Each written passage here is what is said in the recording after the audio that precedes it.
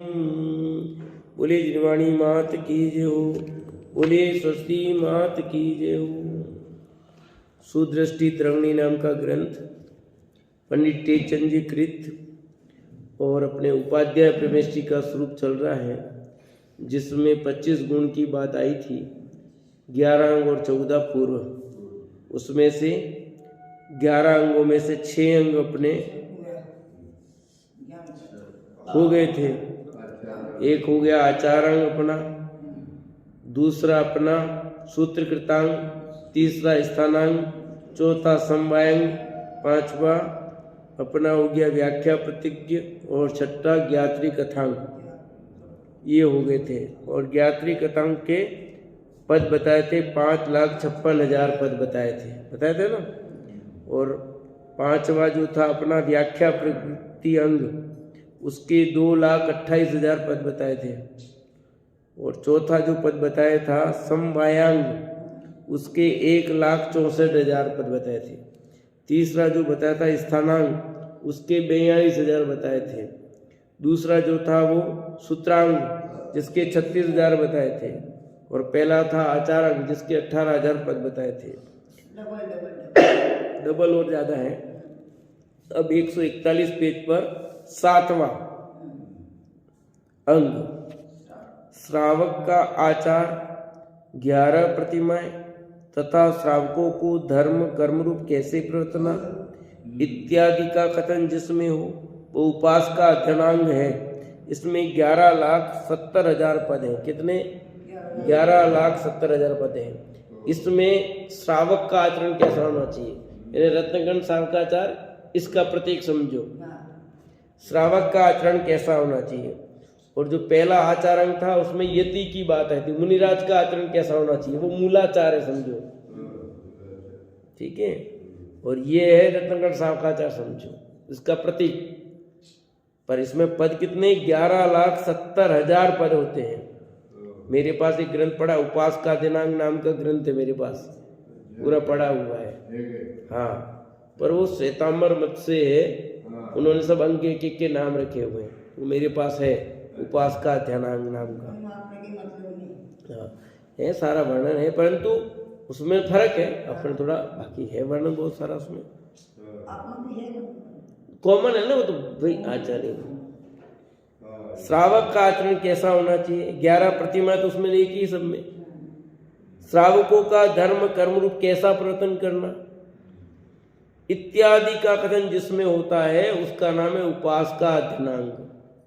ठीक है। फिर 8वां, प्रत्येक तीर्थंकर के समय में 10-10 मुनीश्वरों ने आयु के अंत समय में केवल ज्ञान पाया, उन्हें अंतकृत केवली कहते हैं। उनका कथन जिसमें हो वह अंतकृत दशांग है। इसमें 23,28,000 पद हैं। कब कि प्रत्येक तीर्थंकर के समय में 10-10 मुनीश्वरों ने आयु के अंत समय में केवल ज्ञान पाया। उनकी आयु पूरी होने वाली थी, उस काल में केवल ज्ञान हुआ और फिर बन गए सिद्ध। ये एक नहीं, प्रत्येक तीर्थंकर के काल में लिखा है। प्रत्येक तीर्थंकर के काल में, प्रत्येक तीर्थंकर समय में 10-10 मुनीश्वरों ने, ऐसा हुआ 10-10 फिक्स है, जिन्होंने आयु के अंत में केवल ज्ञान पाया, उन्हें अंतकृत केवली कहते हैं। किसको? जिनकी आयु अंतर्मूर्ति रही और बनने वाले हैं, वो सब अंतकृत केवली कहलाते हैं। हाँ, जो मुनिराज है और केवल ज्ञान होने वाला कब हुआ? आयु के अंत समय में केवल ज्ञान हुआ और फिर सिद्ध बन गए। क्योंकि अनंत भी ज्यादा समय नहीं रह सकते, क्योंकि आयु पूर्ण होने वाली है ना। तो आयु पूर्ण होगी तो मनुष्य आयु पूरी होगी, तो केवली भी तो समय आएंगे मनुष्य में ही। हाँ,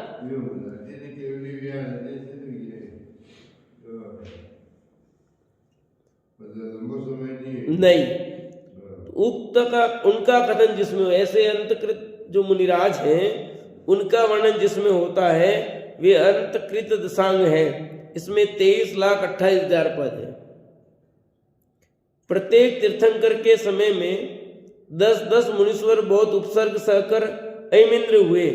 उनका कथन जिसमें हो वह अनुत्तरोपादिक दशांग है। इसमें 52,44,000 पद है। पहले में तो केवली हुए थे और दूसरे वाले में क्या हुए, वो उपसर्ग हुआ तो ऐमिंद्र हुए, वो यानी मोक्ष नहीं गए, ठीक है, स्वर्ग ही गए। तो प्रत्येक तीर्थंकर के समय में 10-10 मुनीश्वर ऐसे होते हैं जिन पर बहुत उपसर्ग होता है, और उपसर्ग होने के कारण वे केवल ज्ञान नहीं ले पाए कुछ कम ज्ञान, पर ऐमिंद्र हुए वो। उनका जिसका कथन हो उसको कहते हैं अनुत्तरोपादिक दशांग। दशांग क्योंकि 10 है ना, इसलिए दशांग हो गया इसमें। इसमें 92,44,000 पद हैं। कितने? 92,44,000 पद है इसमें टोटल। बोलो अब आप समझो कितना क्या क्या वर्णन होगा। जिनवाणी कैसी अथा है, जिनवाणी का अथा समुद्र है कि नहीं? कितना पढ़ सकते हो, कितना समझ सकते हो, क्या क्या करोगे?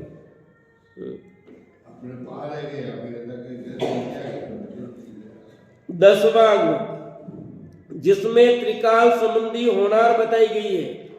मुट्ठी में रखी हुई वस्तु के संबंध में पूछे जाने पर उसे बताया गया है इत्यादि। जो भी प्रश्न करे उसका उत्तर दिया गया है। इसका नाम प्रश्न व्याकरणांग है। इसमें 93,16,000 पद हैं। कितने? 93 लाख और 16,000 पद हैं। इसमें क्या होगा? सारी ज्योतिषी आगे एक तरह समझो। त्रिकाल संबंधी होनार बताई। 3 काल में क्या क्या होगा, भूत में क्या हो गया, वर्तमान में क्या, भविष्य में क्या होगा।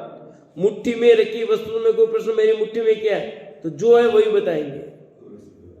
आपके जो भी मन में प्रश्न है कि मेरा बच्चा कब होगा, बच्चा होगा कि बच्ची होगा, आपका कोई भी प्रश्न हो, मतलब वो सब प्रश्नों का उत्तर यहाँ आ जाएगा। इसका नाम है प्रश्न व्याकरण है। प्रश्न पूछे उसका उत्तर, वर्तमान का, भूत का, भविष्य का, तीनों कालों का। ठीक है, ऊपर त्रिकाल संबंधी होनार बताई गई हो। आगे क्या होने वाला है, भूत में क्या हो गया है ना, ये आगे एक तरह ज्योतिषी हो गई, समझ लो, काम खत्म पूरा आपका। और यहाँ तो गलत भी निकल जाएगा, यहाँ गलत नहीं निकलेगा। ये जो भी जितनी ज्योतिषी निकलती है, 50 लोगों के 50 प्रश्नों में सब अलग अलग बात करते हैं। एग्जैक्ट किसी ज्योतिषी की बातें नहीं आ रही है, और मैंने तो कईयों के परीक्षाएं ले ली है कि आपका भी पाला पड़ा होगा।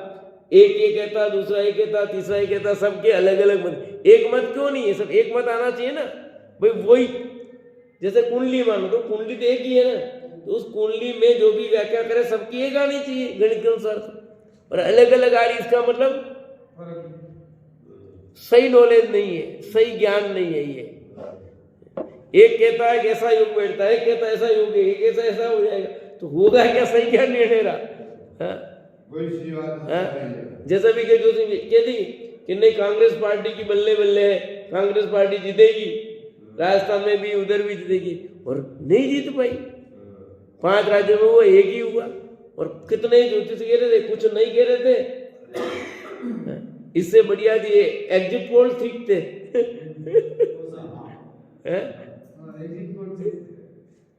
तो क्या है, पर यहां पर ऐसा गलत नहीं होगा, यहां बिल्कुल एग्जैक्ट आएगा। जो भी ये 10 अंग वाला ज्ञानी होगा तो उससे किससे भी पूछोगे सबका उत्तर एक जैसा होगा, भिन्न भिन्न नहीं होगा, कोई अंतर नहीं आएगा आपके। तब वो प्रामाणिकता रहती है, और बाकी तो प्रामाणिकता रहेगी नहीं आपकी।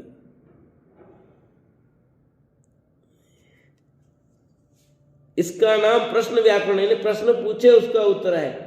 ऐसे प्रश्न, जैसे ज्योतिष में प्रश्न कुंडली बनती है, जैसे आपका है जन्म कुंडली नहीं है आपकी, तो अब उसमें कोई प्रश्न पूछना है तो प्रश्न कुंडली बनाई जाती है तत्काल, वो सब उसके आधार पर, उस पर भी वो जो आता है वो उत्तर है। पर वो भी सब व्याख्या एक जैसे नहीं कर पाते, क्योंकि सही सबका नॉलेज एक्चुअल में नहीं है, व्याख्या पूरी ढंग से नहीं कर पाते, इसलिए उनके गलत गलत होते हैं सारे।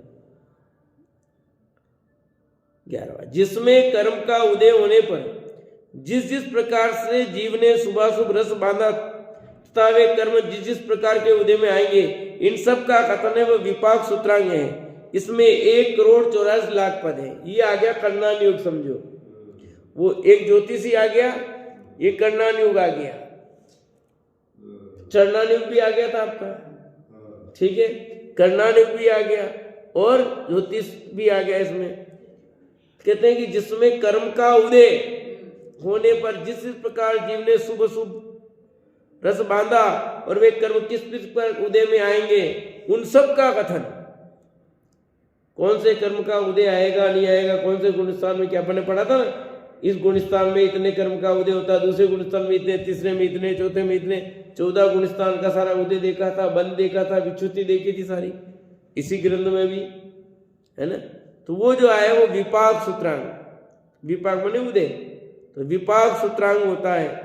इसमें पद कितने कि 1,84,00,000 पद है, 1,84,00,000 पद है। इन 11 अंगों का ज्ञान उपाध्याय जी को होता है।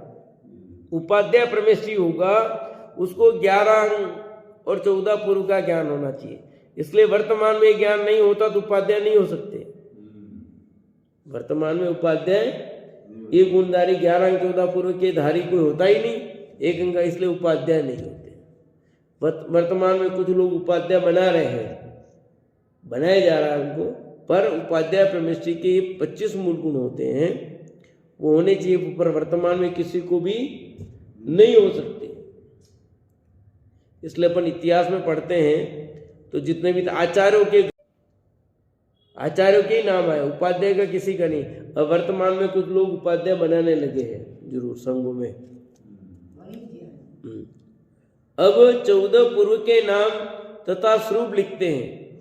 उत्पाद पूर्व, आग्रणी पूर्व, वीर्यानुवाद पूर्व, अस्ति नास्ति प्रवाद पूर्व, ज्ञान प्रवाद पूर्व, सत्य प्रवाद पूर्व, आत्म प्रवाद पूर्व, कर्म प्रवाद पूर्व, प्रत्याख्यान पूर्व, विद्यानुवाद पूर्व, कल्याणवाद पूर्व, प्राणवाद पूर्व, क्रिया विशाल पूर्व, त्रिलोक बिंदु पूर्व। ये 14 पूर्व है टोटल। कितने? 14 पूर्व है। 11 अंक 14 पूर्व कहते हैं ना, तो 12 अंक के 5 भेद है, उसमें से पूर्व नाम का है, उसके 14 भेद है। वापस एक एक का वर्णन यहाँ करते हैं, कितना कितना क्या होता है। 12वां जो अंग है ना, उसके 5 भेद है, उसमें एक पूर्व भी होता, पूर्व के 14 भेद है। ऐसा उत्पाद वे ध्रुव के लक्षण सहित 6 द्रव्यादि वस्तु का परिणमन होता है, जिसमें से इन उत्पाद वे ध्रुव के लक्षण वर्णित हैं वो उत्पाद पूर्व है। इसमें 1 करोड़ पद है। वस्तु कैसी है? उत्पाद वे ध्रुव रूप है। उत्पाद वे ध्रुव लक्षण सहित 6 द्रव्यादि वस्तु का परिणमन जिसमें बताया गया, ये द्रव्यानुग शुरू हुआ अब यहाँ। कौन सा? द्रव्यानुग, क्योंकि द्रव्यानुग में 6 द्रव्य 7 तत्व 9 पदार्थ का वर्णन है। तो 6 द्रव्यादि वस्तु का परिणमन होता है, जिसमें इन उत्पाद वे ध्रुव के लक्षण वर्णित हैं वो उत्पाद पूर्व है। उसमें 1 करोड़ पद है। कितने? 1 करोड़ पद है। जिसमें वस्तु क्या है, पदार्थ क्या है, द्रव्य क्या है, सूने क्या है, कूने क्या है इत्यादि व्याख्यान है वह आग्रहणी पूर्व है। इसमें 96 लाख पद है। कितने? और इसमें क्या होगा वर्णन? आग्रहणी पूर्व में वस्तु क्या है, इस प्रश्न का समाधान है। पदार्थ क्या होता है, द्रव्य क्या होता है, सूने क्या है, कूने क्या है, इन सब का वर्णन इस ग्रंथ में होता है। कोई बात नहीं पढ़ी, बता देंगे अलग से, पूरा समझा देंगे। जिसमें आत्मवीर, कालवीर, क्षेत्रवीर, भाववीर इत्यादि वीर का कथन है। उनमें से सामान्य भाव रूप चेतना शक्ति सहित अनंत पदार्थों में परिवर्तन होने पर भी खेद नहीं होना। वही अनंत वीर रूप आत्मा का परिणमन आत्मवीर है। भूत भविष्य काल रूप अनंत अनंत परावर्तन रूप परिणमन कालवीर है। जीव अजीव रूप अनंत पदार्थों को अवगाना देने की शक्ति क्षेत्रवीर है। इस लोक में विराजित जीव अजीव रूप 6 द्रव्यों के 3 काल संबंधी शुभाशुभ परिणमन को जानने रूप केवल ज्ञान भाव वीर्य इत्यादि वीर्य का व्याख्यान जिसमें हो वो वीर्यानुवाद पूर्व है। इसमें 70 लाख पद है। इनका वर्णन हो जिसके 4 प्रकार के वीर्य बता दिए ना, काल, क्षेत्र, भाव और आत्मवीर्य। तो इनका वर्णन जिसमें हो वीर्य का वर्णन, वीर्य में शक्ति होता है। ठीक है, द्रव्यानुयोगी एक तरह से ये द्रव्यानुयोग का ही पक्ष है। तो वीर का अर्थ होता शक्ति, सामर्थ्य, ताकत है ना। तो उसमें से सामान्य भाव रूप चेतना शक्ति से अनंत पदार्थों के प्रवर्तन होने पर भी खेद नहीं होना। वही अनंत वीर रूप आत्मा का परिणमन क्या है? आत्मवीर है, आत्मशक्ति है। और भूत भविष्य काल रूप अनंत अनंत परावर्तन रूप परिणमन काल वीर है। ये काल की बात आ गई, भूत भविष्य और वर्तमान काल है। तो इनके परावर्तन कैसा होता है? तो काल शक्ति हो गई। जीव अजीव रूप अनंत पदार्थों को अवगणना देने की शक्ति क्षेत्र वीर्य है। किनको? जीव अजीव पदार्थ यानी 6 द्रव्य को रहने के लिए अवगणना कौन देता है? आकाश द्रव्य। तो अवगणना देने की शक्ति क्या कहलाती है? क्षेत्र वीर्य के लिए, क्षेत्र की ताकत। इस लोक में विराजी जीव अजीव रूप 6 द्रव्यों को 3 काल संबंधी शुभाशुभ परिणमन को जानने रूप केवल ज्ञान भाव वीर्य है कि 6 द्रव्यों का जो परिणमन होता है उसका क्या क्या शुभ अशुभ है वो कौन बताता है? कि केवल ज्ञान। केवल ज्ञान की शक्ति है कि केवल ज्ञान में ताकत है कि भूत भविष्य वर्तमान का सब कुछ बताने की। उमराज साहब, किसमें ताकत है? किसमें ताकत है? आप में ताकत किसमें चल रही है? आत्मा में। आत्मा की नहीं चल रही है। अब यहाँ केवल ज्ञान की बात चल रही है। केवल ज्ञान में ऐसी शक्ति है कि भूत भूत भविष्य वर्तमान सब कुछ जानता है, ये उसकी शक्ति है। इत्यादि वीर्य का व्याख्यान जिसमें है वो वीर्यानुवाद पूर्व है। वीर्यानुवाद पूर्व। इसमें पद कितने हैं? कि 70 लाख पद हैं। देखो यहाँ कम होते जा रहे हैं। जीव अजीव आदि द्रव्य के स्वभाव, अस्थि नास्ति रूप काल क्षण आदि का जिसमें कथन हो वह अस्थि नास्ति रूप है। इसमें 60 लाख पद है। सब द्रव्यानुयोग का पक्ष आ रहा पूरा। इसमें किसका वर्णन होगा? जीव अजीव आदि द्रव्य का स्वभाव क्या है, अस्थि नास्ति क्या है, काल क्षण आदि जिसमें वर्णन होता है। फिर 5वां जिसमें ज्ञान के 8 भेद, लक्षण, फल, विषय इत्यादि का कथन हो वो ज्ञान प्रवाद पूर्व। इसमें 1 कम 1 करोड़ पद है। वापस बढ़ गए, ठीक है। 1 कम 1 करोड़ पद, 99,99,999। ठीक है, संक्षेप में कह दिया 1 कम 1 करोड़, पुराना सिस्टम। तो कहते हैं इसमें किसका वर्णन है? ज्ञान के जो 8 भेद है ना, उन 8 भेदों का, लक्षण का, फल का, विषय का, इन सब का वर्णन होता है इसमें। तो कौन करता है बेटा? बेटा ये करना कुछ नहीं पड़ता है, ज्ञान में आ जाता है। इसके लिए कोई शास्त्र नहीं लिखे जाते। शास्त्र तो बाद में लिखे गए, इनका ज्ञान सूक्ष्म ज्ञान होता है। क्या होता है? तो वर्णन क्यों लिखा फिर? मतलब उनके ज्ञान में इन सब का, इतने पदों का उनको ज्ञान हो जाता है। जो मुनिराज होते हैं उन मुनिराजों को इतना ज्ञान होता है। जो इंद्र होता है उसको भी द्वादशांग का ज्ञान, सब ज्ञान होता है उसको। इंद्र होता है ना, सोदर मित्रादि, इनको द्वादशांग का ज्ञान होता है। ये पूरा नॉलेज होता है उनको, तभी तो वे रचना कर सकते हैं। ये तो करे कैसे?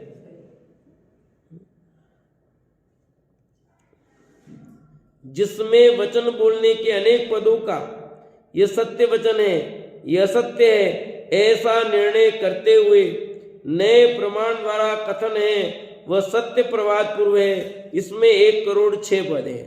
पहले घट रहे थे, वापस बढ़े। किसमें वचन बोलने के अनेक पदों में सत्य वचन है या यह असत्य, सत्य और असत्य का निर्णय, ऐसा निर्णय करते हुए नए प्रमाण द्वारा कथन है वो सब सत्य प्रवाद पूर्व कहलाता है। और कुल कितने पद है इसमें? 1 करोड़ 6। बोली लग रही है ना? सातवां पर्व, जिसमें आत्मा की स्तुति बनाने का तथा निश्चय व्यवहार रूप नयों द्वारा आत्म स्वभाव की साधना का वर्णन है, वह आत्म प्रभात पूर्व है। इसके 26 करोड़ पद है। वापस कितने? 26 करोड़ पद। किस आत्म प्रभात पूर्व में किसका वर्णन है? कि आत्मा की स्तुति बनाना, निश्चय व्यवहार रूप नयों द्वारा आत्मा का वर्णन। अब बोलो इतने पद होंगे तो कितना वर्णन होगा? 26 करोड़ पद है तो आत्मा की चर्चा ही है इसमें। देखो सब अलग अलग जीव अजीव का वर्णन तो ऊपर आ गए, ये आत्मा की, तो वो आत्मा की चर्चा कितनी गहरी होगी सोच सकते हो आप। कितना लिखा जाएगा आत्मा के विषय में, क्या क्या होगा, क्या अद्भुत चर्चा होगी आत्मा की। कितनी गहरी चर्चा होगी इसकी।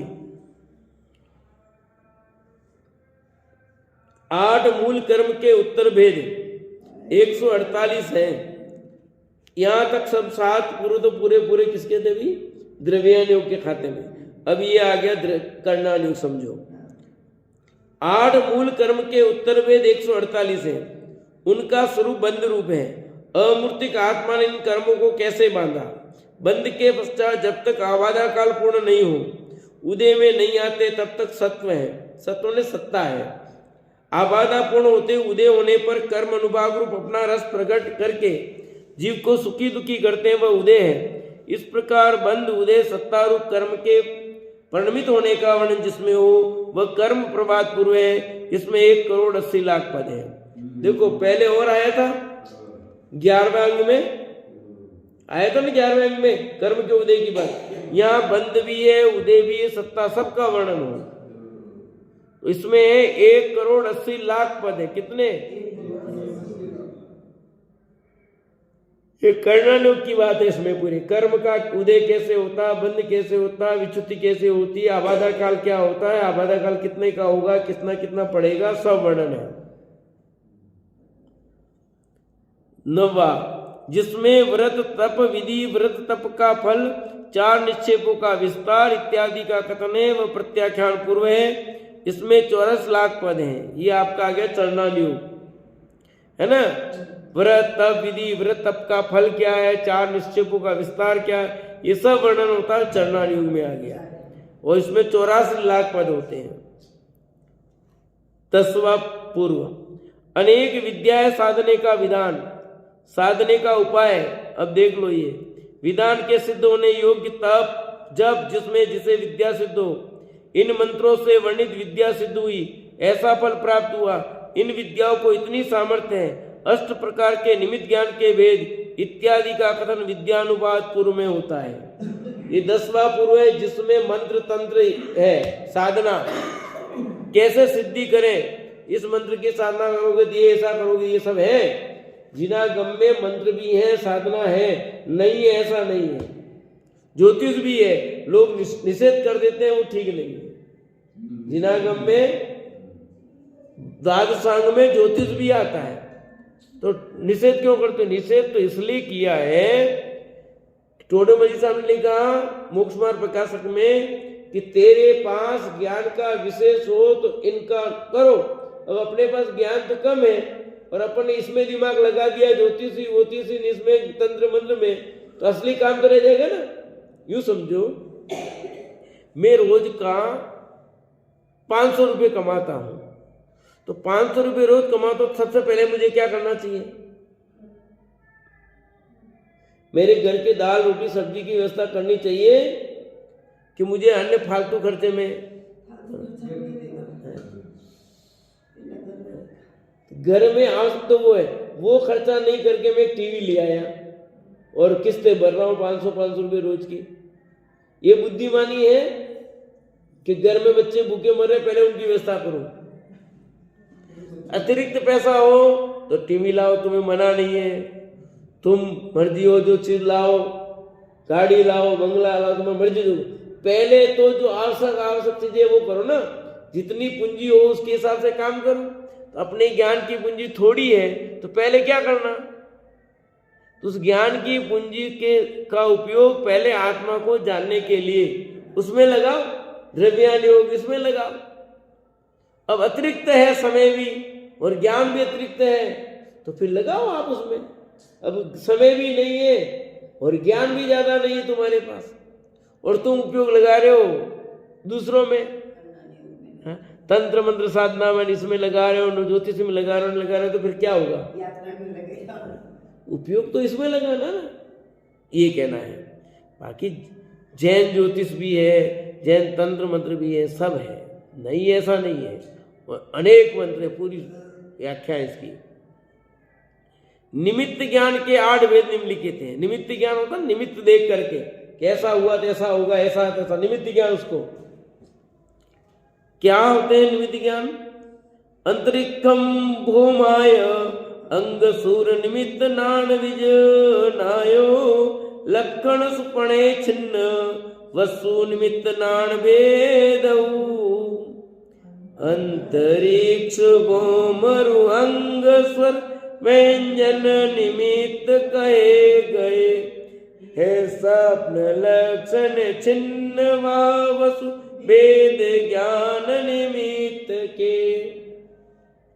अंतरिक्ष निमित्त, भौम निमित्त, अंग निमित्त, स्वर निमित्त, व्यंजन निमित्त, लक्षण निमित्त, स्वप्न निमित्त, छिन्न निमित्त, ये 8 निमित्त ज्ञान के वेद हैं। कितने? माता ने 16 सपने देखे आज, 16 सपने देखे, ये इसमें आएगा। किसने? सपन निमित्त। सपनों को देख करके क्या होने वाला वो बता दिया। माता 16 सपना देखती है, फिर प्रश्न पूछती है इसका फल क्या होगा, तो किसके आधार पे? ये निमित्त ज्ञान, सपन निमित्त ज्ञान है, बताया। तो ऐसे स्वर के आधार पर, सब के आधार पर अलग अलग चीजें। तो छिन्न निमित्त, ये 8 निमित्त ज्ञान के वेद बताए। कौन कौन से? अंतरिक्ष निमित्त, भौम निमित्त, अंग निमित्त, स्वर निमित्त, व्यंजन निमित्त, लक्षण निमित्त, स्वप्न निमित्त, छिन्न निमित्त, ये 8 निमित्त ज्ञान के वेद। अब एक एक का वर्णन भी। पहला, सूर्य चिन्ह, चंद्र चिन्ह, तारा नक्षत्र चिन्ह, बादल चिन्ह, संध्या समय आकाश के वर्णादि चिन्ह इत्यादि आकाश में चिन्हों को देखकर तथा बिजली गिरती देखकर शुभाशुभ जानना अंतरिक्ष निमित्त ज्ञान है। जैसे आपने देखा होगा कि इतने जिलों में बारिश हो सकती है, इसमें ऐसा हो सकता है, बता रहे ना अभी भी। तो ये आज तो वैज्ञानिक शब्द है, पहले ये नहीं था तब भी बताते थे ना, हाँ, कि ये बादल गर्भ गए, ये बारिश हो जाएगी, ये होगी, तो निमित्त ज्ञान, उनको ज्ञान था। तो उस निमित्त के आज भी हो सकता है निमित्त ज्ञान। हाँ, निमित्त ज्ञान का कोई वो नहीं है कि ये देख करके ऐसा बताना कि भी बादल यहाँ से जा रहे, गर्भ तय कर लेता। आप जिसको होगा वो बताएगा, आपको निमित्त ज्ञान नहीं, आप नहीं बता सकते। मुझे है तो मैं बता सकता हूँ, मुझे नहीं है आपको है तो आप बता सकते हो। जैसे पानी बताते कि नहीं बताते, ये सब निमित्त ज्ञान है भैया।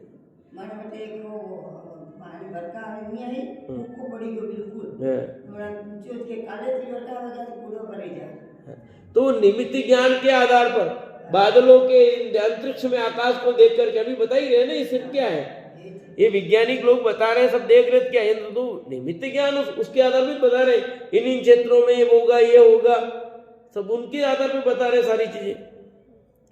तो आकाश में चिन्हों को देखकर, बिजली गिरती देखकर, बिजली गिर रही है, इधर बिजली गिर रही है, ये हो सकता है, कौन मर सकता है, कहां पर अशुभ होगा, क्या हानि होगी, शुभाशुभ जानना अंतरिक्ष निमित्त ज्ञान है। अपने शायद आपने देखा होगा होली पर थंब लगाते थे, और फिर इधर गिरेगा तो शुभ होगा, इधर गिरेगा ऐसा बताते थे, है ना, इधर गिरा तो भार है, इधर है तो शुभ रहेगा ऐसा।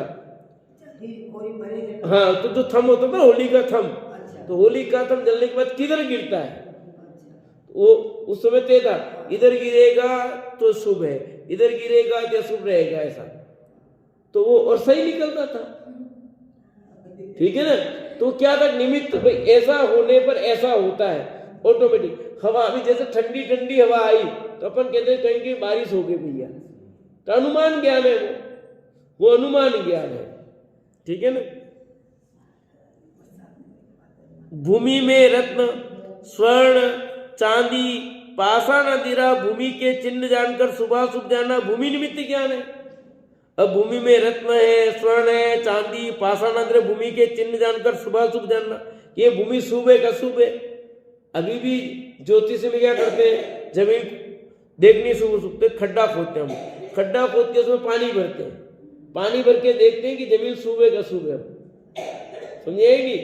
तो पानी जल्दी सोख लेती है वो अशुभ है, ठीक है। और जो पानी नहीं सोखती धीरे से सोखती तो वो शुभ है, समझिए कि नहीं है। वो भूमि आपके लिए कार्यकारी है कि नहीं है, कैसी है वो उससे पता लगाते हैं सब। तो ऐसे सोना चांदी आदि सब पता, भूमि में रत्न स्वर्ण चांदी पाषाण अधिरा भूमि के चिन्ह जान करके उसको शुभ अशुभ जाना जाता है कि ये शुभ है का शुभ है आपके लिए, ठीक है।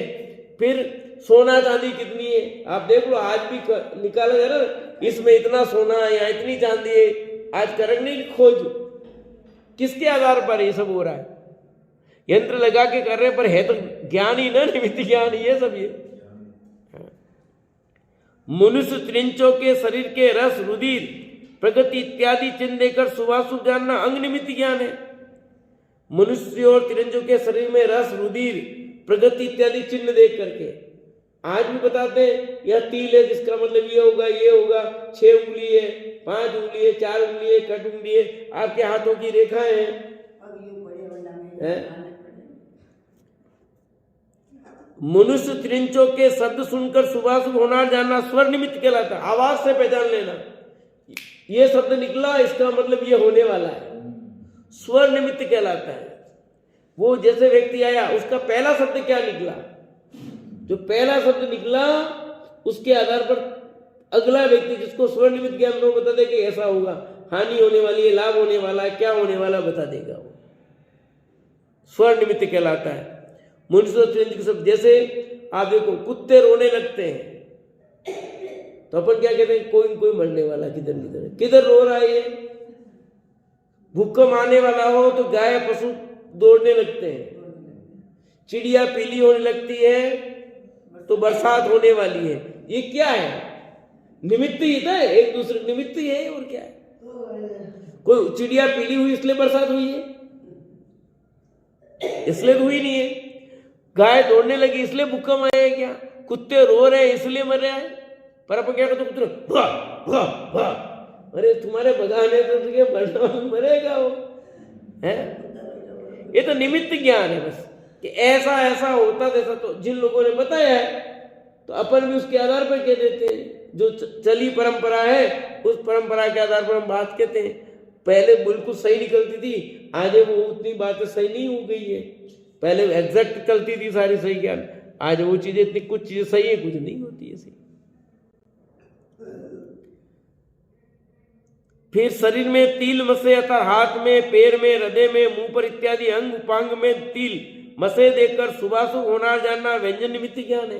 अब आपके शरीर पर तिल कहाँ है, मस्से कहाँ है, तो तिल मस्से से आधार पर ज्ञान बताना ये व्यक्ति ऐसा होगा, इसका ये होगा, ये होगा, ये कहलाता है व्यंजन निमित्त ज्ञान।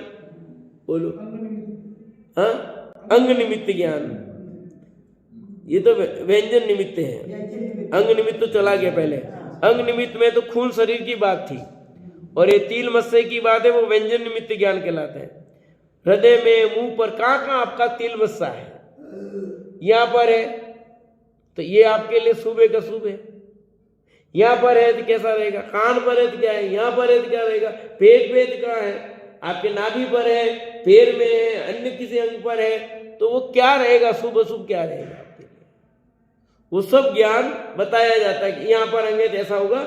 ये सब निमित्त ज्ञान के वेद है, किताब है उसमें लिखा हुआ सब कि यहाँ ऐसा ऐसा ऐसा होता तो ये होता है। शरीर में श्री वस्त्र लक्षण स्वस्ति बिंगा कलश वज्र मत्स्यादि चिन्ह देखकर शुभाशुभ जानना लक्षण निमित्त ज्ञान है।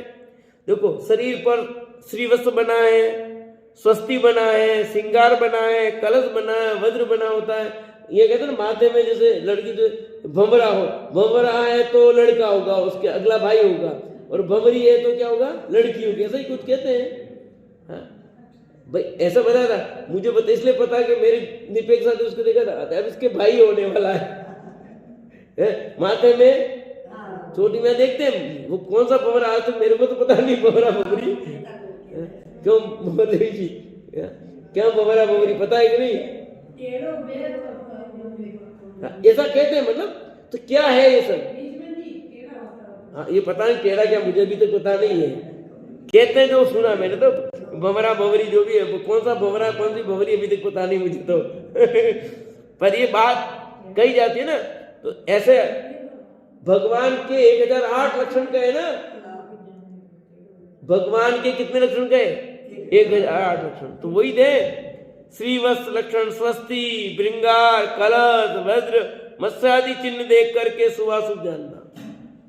कि आपके भी आज ही मैं पढ़ रहा था उसमें, तो उसमें आया था कि आपके वी बन रहा, हाथ की रेखा में वी बन रहा है, कलश के रेखा है, रेखाओं का कि ये अपनी ये रेखा है, ये रेखा है, सब रेखा है अलग अलग, किस रेखाओं का क्या फल है, तो ये आता ना मतलब कि यहाँ विवाह होगा कि नहीं होगा, ये रेखा है, आप बच्चे कितने होंगे, इससे बताते हैं।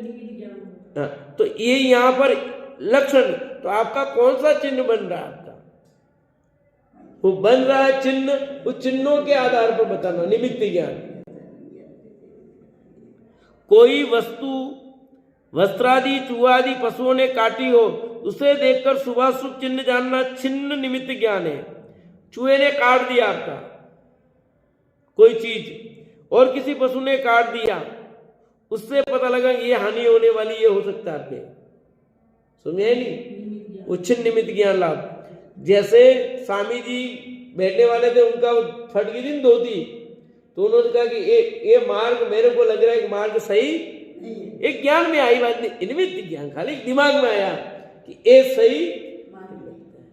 तो ऐसे किसी चीज का कटना फटना हुआ, ऐसा हुआ भाई, ऐसा हो, उससे ज्ञान ऐसा हो गया भैया, है आप जा रहे थे हो गया। अपने आज भी कहते सब चीजें जैसे सामान्य रूप से सुकून की बात करते हैं, जैसे कि भाई कहीं जा रहे हैं, बिल्ली काट गई आपकी, ऐसे कुछ काट के चलते हैं लोग में सारी चीजें, ये सब ऐसे ही चल रहे हैं, इसी के आधार पर सब चीजें चली हुई है। अनेक प्रकार के सपनों को जानकर उनके शुभाशुभ लक्षण जानना स्वप्न निमित्त ज्ञान है। सपना आए और इस सपने का फल क्या होगा? माता के 16 सपने प्रसिद्ध हैं, चक्रवर्ती के सपने प्रसिद्ध हैं, और किसके प्रसिद्ध है भी? सैनिक के, चंद्रगुप्त के सपने, उनका फल प्रसिद्ध है कि नहीं? तो ये सब क्या है? सपने ज्ञान की बात है, तो सपन निमित्त ज्ञान हुआ। अभी ये निमित्त ज्ञान की बात, अवधि ज्ञान नहीं है, ये निमित्त ज्ञान अलग चीज है और सपन ज्ञान सॉरी अवधि ज्ञान अलग है और निमित्त ज्ञान अलग है। ये श्रुति ज्ञान का ही भेद है। अवधि ज्ञान अलग चीज होती है। अवधि ज्ञान है वो अवधि ज्ञानावणी कर्म के क्षोभसम से होता है, और ये सब जो चल रहा है वो श्रुत ज्ञानावणी कर्म के क्षोभसम से होता है। तो ये 8 जो निमित्त बताए गए हैं वे सभी श्रुति ज्ञान के वेद हैं, जिसमें हमें भी हो सकते हैं। श्रुत ज्ञान है ना, तो श्रुत ज्ञान तो त्रिंचों को भी होता है, मनुष्य को भी होता है, देवों को भी होता है, नारकियों को भी होता है, और अवधि ज्ञान सबको नहीं होता है। और श्रुत ज्ञान का यंग, अब ये श्रुत ज्ञान की पराकाष्ठा है। श्रुत ज्ञान का 12वां चल रहा है ना, 14 पूर्व 12वां का भेद चल रहा है यहाँ। तो जितना जितना होगा उतना उतना चलेगा। अपने को सामान्य ये निमित्त ज्ञान सच्चा होगा, यहाँ जो निमित्त ज्ञान होगा उसके कभी गलत नहीं आएगी बात। क्यों? वो निमित्त ज्ञानी है, उसको इतना अंगों का ज्ञान हो गया है। कितने? 11 अंक तो पूरे हो गए, और 12वें अंक का भी इतना 10वां पूर्व आ गया, यानी सम्यक दृष्टि जीव है। 11 अंक 9 पूर्व तक तो मिथ्या दृष्टि हो सकता है, इतना विशाल ज्ञान है। प्रत्याख्यान पूर्व तक तो मिथ्या दृष्टि रह सकता है। अभी 10वां पूर्व आया, वो गारंटी से सम्यक दृष्टि है। मिथ्या दृष्टि को 10वां पूर्व नहीं हो सकता।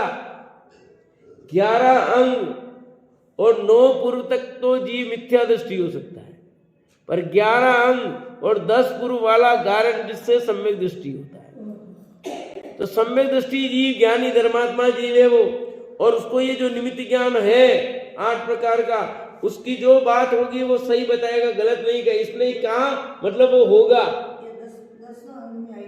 10वां पूर्व, हाँ 12वें अंक का भेद है पूर्व, उसके 14 पूर्व होते हैं, उसमें 9 पूर्व तक तो मिथ्या दृष्टि रह सकता है, 10वें पूर्व में सम्यक दृष्टि ही होगा, मिथ्या दृष्टि नहीं रह सकता।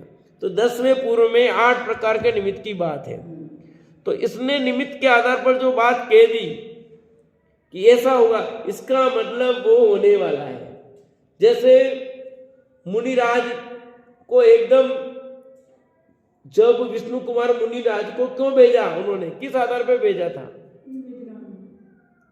आचार्य महाराज तो ध्यान में रात्रि में बोलते नहीं, फिर एकदम आवाज, तो उस निमित्त ज्ञान से उन्होंने जाना, उन्हें कहा कि उपसर्ग आया और वो उपसर्ग तुम दूर कर सकते हो, तब तो भेजा विष्णु कुमार मुनिराज को उन्होंने। तो ऐसे तो अपने ज्ञान का उपयोग करते नहीं, जब जरूरत होती है तभी किसी का प्रयोग करते हैं। और ये सब श्रुति ज्ञानावणी कर्म के क्षोभन से होता है, और इसके लिए ऐसे शास्त्र नहीं है, स्वतः सब स्मरण होता है। यानी स्मरण शक्ति की पराकाष्ठा, यानी क्षोभन की पराकाष्ठा होती है, कुछ रटना नहीं पड़ता है। इतना अगाध ज्ञान, जहां से पूछो मुंह जबानी, सारा मुंह जबानी हो, अंदर में पूरा फिट है, जब जिसकी जरूरत पड़ी वो तैयार है। जैसे आपके दुकान पर कपड़े की दुकान दिन पहले आ गए, अभी तो बंद कर दी बिल्कुल के है, तो कपड़े की दुकान में आपके सारे जो भी आइटम थे पहले आपके दिमाग में नहीं रहते थे। हाँ? अभी सोने चांदी की दुकान है, तो जहाँ आइटम जो पड़ा है दिमाग में एक नहीं, कहाँ क्या पड़ा आपने को, या आपके घर में जैसे दाल सब्जी जो चीजें हैं, आप कहीं चले जाओ और इनको खाना बनाना पड़े तो पूछेंगे वहां पड़ी है, वो वहां पड़ी है, तो जरूरत पड़ी तब बताओगे, बाकी तो पूरा पड़ा है कि नहीं। तो ऐसे पूरा का पूरा ये धारणा में पड़ा रहता है, इनके इसमें पड़ा रहता है। जब जिस ज्ञान की जरूरत पड़ती है उसका उपयोग करते हैं, बाकी पड़ा हुआ है। अपने को इतना नॉलेज है तो सब एक साथ थोड़ी काम में आता है। अमरराज साहब, जब जिसकी जरूरत पड़ेगी तभी काम में लेंगे। आपके पास 1 करोड़ रुपए पड़े हुए हैं, ठीक है, तो 1 करोड़ रुपए है, तो उपयोग में जब जरूरत होगी तभी लोगे कि उसको हर समय काम में लेते हो? पर करोड़ रुपए है कि नहीं, तो दिखाओ। तो दिखाएंगे कब? जब जरूरत होगी तब उसको दिखाएंगे ना। भाई मुझे 1000 रुपए की जरूरत है, 1000 रुपए निकालूंगा, 500 रुपए की जरूरत है, 500 रुपए निकालूंगा, मैं मेरे को 10,000 की जरूरत होगी, 10,000 निकालूंगा। 1 करोड़ रुपए तो निकाल के रखूंगा नहीं, जब जितनी जरूरत होगी वही मैं प्रयोग करूंगा। ऐसे हमारे पास अगाध ज्ञान है, तो इस अगाध ज्ञान का जब जब जिसका जरूरत होती है उसका उपयोग किया जाता है, जब नहीं जरूरत है तो पड़ा रहता है उनके पास, बिल्कुल धारणा में पड़ा रहता है, बिल्कुल पूरा पड़ा रहता है। इस प्रकार 8 प्रकार के निमित्त ज्ञान आदि का शुभाशुभ जिसमें बताया गया है वह विद्यानुवाद पूर्व है। इसमें 1 करोड़ 10 लाख पद है। कितने? 1 करोड़ 10 लाख पद है। पूरे ले लेता हूं, टाइम तो हो गया है, ये 14 तक पूरा ले लूं। चलो 11वां पढ़ लेते खाली। जिसमें तीर्थंकर के पंच कल्याणक तथा अन्य चरम शरीरों के 1-2 कल्याणों का कथन तथा ज्योतिषिक देवों के गमन का विशेष कथन वर्णन है, वह कल्याणवाद पूर्व है। इसमें 26 करोड़ पद है। कितने? टेंशन नहीं लेना, याद नहीं करने पड़ते। जिसमें तीर्थंकर के पंच कल्याणकों का, जो चरम शरीरी है उनके 1-2 कल्याणक का कथन, जिसके जितने कल्याणक हो उनका वर्णन हो, और ज्योतिषी देवों के गमन का, यानी ज्योतिष इसमें आएगी, ज्योतिष देवों का गमन कैसे होता है, क्या होता है, ये कथन होता है, वो सब कल्याणवाद पूर्व है। इसमें 26 करोड़ पद है। 11वां पूर्व है। 12, 13, 14 की चर्चा अपन कल करेंगे।